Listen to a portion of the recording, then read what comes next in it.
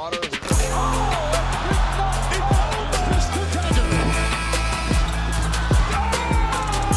B going to work in the paint. Eastern Conference Final. New NBA champion. And it's a team from Toronto, Canada. We the North are now we the champions. Welcome in, Raptors Nation, to the Raptors Nation podcast on this Thursday, September 14th. My name is Luca, and today we're going to be talking about a lot of topics in the Raptors world. There is some stuff to get to. I know we are still in the dog days of the offseason, but we still do have a lot of content on this channel for all of you. So if you are watching this on YouTube, please hit a like. It does help a ton. And also subscribe to the channel for all things Raptors. And be sure to leave us a 5-star review if you are listening to this on Apple iTunes and Spotify. It does help it a ton.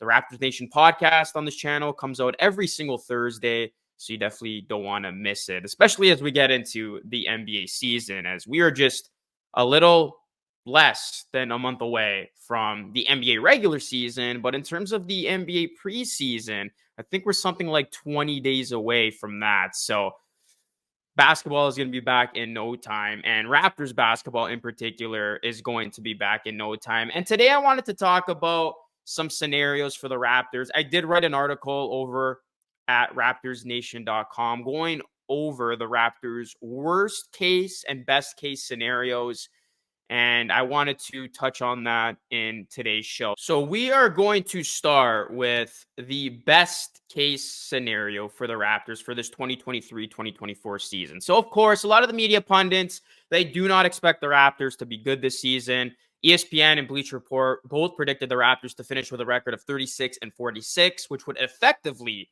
have the Raptors out of the play-in tournament and, of course, the playoffs. So what happens in this best case scenario for the Raptors? Well, I think for this, you got to start with player development. Darko Rajakovic came in, and he's going to be expected to get the most out of these guys, particularly the young guys. And when speaking about player development, there's one guy who's going to have a lot of attention on him, and that is Scotty Barnes. In this best case scenario, Scotty Barnes does, in fact, take that leap.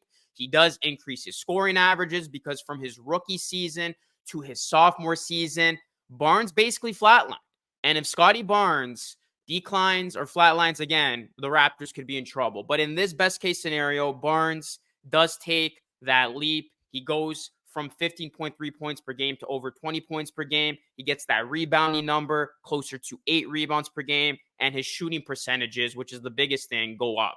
He shoots it around 50% from the field and around or close to 35% from three. Scotty Barnes will have the ball in his hands. He's going to have a bigger role on offense and with the playmaking duties, obviously with no Fred VanVleet there in Toronto. So Scotty Barnes does, in fact, take that leap, and Raptors fans are happy that it happens because this is a year where they are going to expect Scotty Barnes to improve. The third year is pivotal. We've seen some big stars in the NBA take gigantic leaps in their third season and really solidify themselves as an all-star type of player. Scotty Barnes does that. In this best case scenario, the other guys step up. Outside of Scotty Barnes, guys like Gary Trent Jr., OG Anunoby, and also Dennis Schroeder, guys who are going to see touches with Fred VanVleet gone, they do just that, and they step up in their game.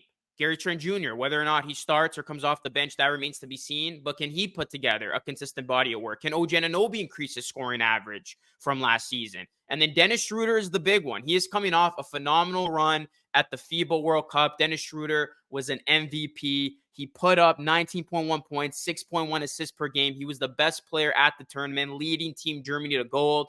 Can Dennis Schroeder carry that over to the Toronto Raptors? Because if Schroeder plays anything like he did at FIBA, the Raptors have a bargain in him, and he's going to put them in a great position. Because I think it's not going to come down to Dennis Schroeder replacing all of VanVleet's production, but he's going to make up the bulk of it. And I think he can make up the bulk of it. But then if those other guys that I just mentioned get better in combination with Scotty Barnes's progression and him taking a leap in his third season, then the Raptors are not going to miss Fred VanVleet too much. So the other guys step up. Schroeder, Gary Trent Jr., OG, guys who are expected to have more touches in the offense. And then the last piece here that goes right for the Raptors in this best case scenario is their bench looks solid. And right now, the Raptors bench unit has a chance to be really good. If this bench unit steps up, that is going to take a lot of the pressure off the starters. And you look at this bench, they have nice pieces. If Schroeder starts, Malachi Flynn's going to get some more opportunities with the second unit. And then Gary Trent Jr. would be the team's sixth man. He can come in, inject some instant life with his offense. Then you got guys like Jalen McDaniels, who was a really solid signing for the Raptors, in my opinion.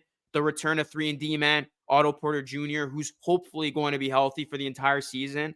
Chris Boucher and Precious Achiuwa, another younger player who can develop and benefit from being under a guy like Darko Rajakovic. And then, of course, the rookie sharpshooter, Grady Dick. Can he show us that shooting ability out of the gate in this season? Because there's going to be opportunities for guys like this to hit open shots, particularly Grady Dick. So if he can come in and really hit his shots with consistency, particularly the three ball, the Raptors are going to be in a good position. So just to recap here, Scotty Barnes takes that leap.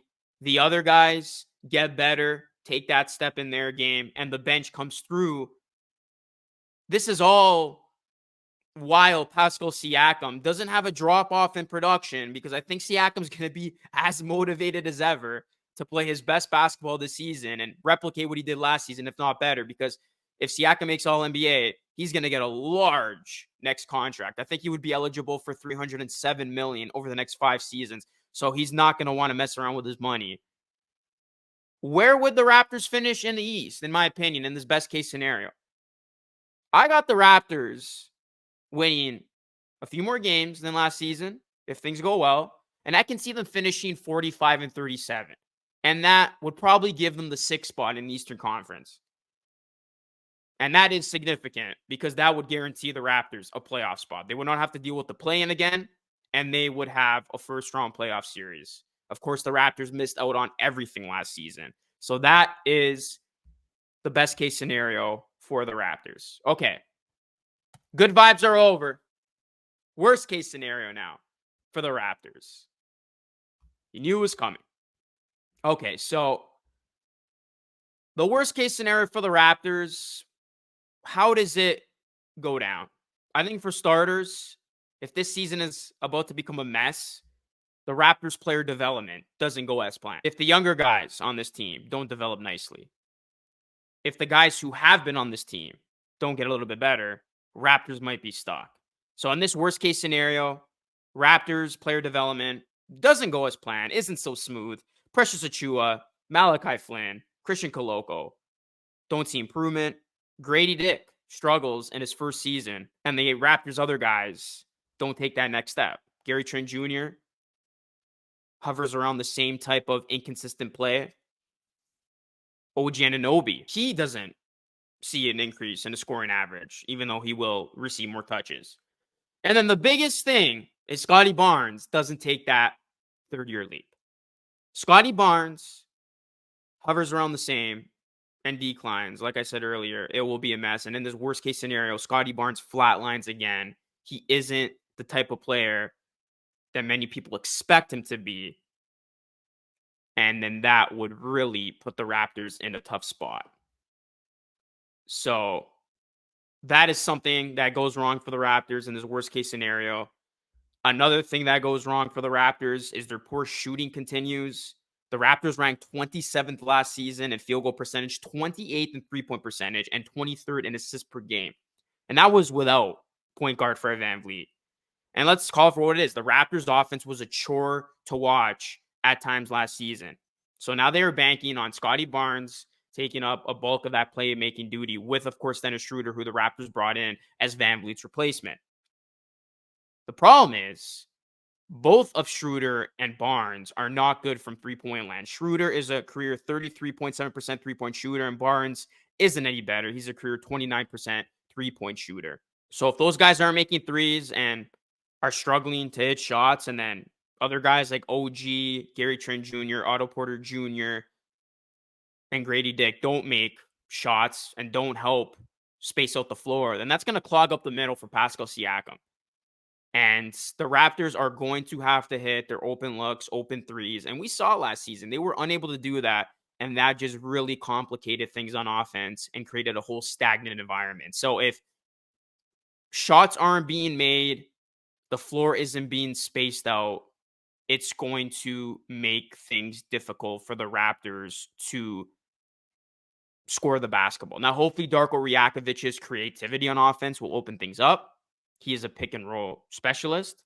So hopefully that will open the Raptors offense up just a tad bit more. But in this worst case scenario, the Raptors shooting doesn't get any better and in fact gets worse without Fred VanVleet. And then the last pillar of this worst case scenario is the Raptors find themselves in the same spot again. The Raptors struggle out of the gate, hover around 500, are faced with a decision to blow the team up, sell at the trade deadline because they could have 3 players who are available in the summer of 2024. Pascal Siakam, who the team has not extended yet, Gary Trent Jr., who opted in, and the Raptors have not extended him yet either, and then OG Anunoby, who can decline his player option, and he too would become an unrestricted free agent in the summer of 2024. So in this worst case scenario, the Raptors play the waiting game again. They hold on to their players. They hope they turn the corner at some point. They don't turn the corner. They finish 40-42 and miss the play-in tournament. And again, their decision of not selling and holding on to their players potentially bites them in the butt again, as they could lose their players for nothing in free agency. And that would be a bummer if the Raptors potentially lose Siakam for nothing, just as they lost their other all-star and Fred VanVleet for nothing this past summer. So that is the worst case scenario for the Raptors. Things don't go well for them, and then they potentially get nipped in the butt by their decision of not trading their players, extending their players, and letting things play out into the summer, and potentially that gets out of their hands. So that is basically how I see this season going. I mean, best case scenario, I just laid it out. Worst case scenario, I just laid it out. So Raptors Nation, what do you think is more realistic with this Raptors team? How do you see them faring? And what are your best and worst case scenarios for this team? Should be an interesting season either way. All right, so I actually wanted to end today's show with something that came out 24 hours ago. Pretty interesting, if you ask me. There was a report that came out from Hoops Hype's Michael Scotto, and he basically said the Hawks didn't want to trade Kobe Bufkin in the trade for Pascal Siakam. So we know the Atlanta Hawks, probably the most interested team in Siakam this past summer. And Shams came out with a piece over on The Athletic saying that the Hawks actually did offer a trade package for Siakam, which the Raptors declined, and is centered around DeAndre Hunter and draft compensation.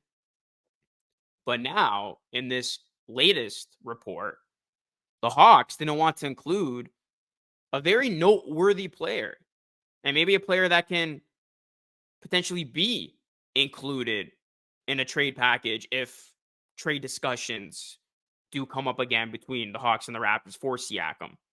And that player is rookie guard Kobe Bufkin, that the Hawks were unwilling to part ways with the rookie in trade talks for Siakam, league sources told Hoops Hype. And this is what the article said.